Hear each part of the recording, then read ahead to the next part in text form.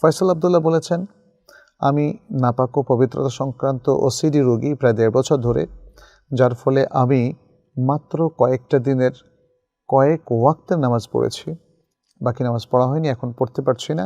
এতে কি আমি কাফের? না, আপনি কাফের হবেন কেন? নিজেকে নিজে কাফের বলার মধ্যে কি ফায়দা? আপনি নিজেকে সংশোধন করেন। নামাজ না পড়াটা কুফরি, কোনো সন্দেহ নেই। এটা রাসূল সাল্লাল্লাহু আলাইহি ওয়াসাল্লাম বলেছেন, আল আহাদুল্লাযী বাইনানা ওয়া বাইনাহুম আস-সালাহ। তাদের এবং আমাদের মাঝখানে পার্থক্য হলো আস-সালাহ, ফামান তারাকাহা ফাকাদ কাফারা। যে ব্যক্তি সালাত তরক করলে সে কুফরি করল। তাহলে কুফরিটা তো ত্যাগ করতে হবে, আপনাকে ত্যাগ করতে হবে, মাইন্ড সেট করতে হবে। আপনি ওসিডি রোগী, ভালো কথা, আল্লাহ আপনাকে সুস্থ করে দিন, কিন্তু এটা দেখায়া আপনি নামাজ পড়বেন না, এটা তো হতে পারে না।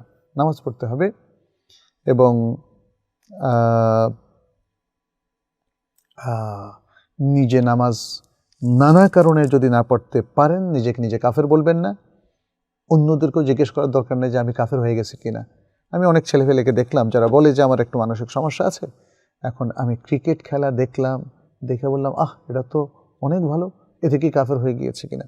অথবা বলল যে আমি আরেকজনের একটা কলম নিয়ে এসেছি, এখন কি কাফের হয়ে গেছে কিনা।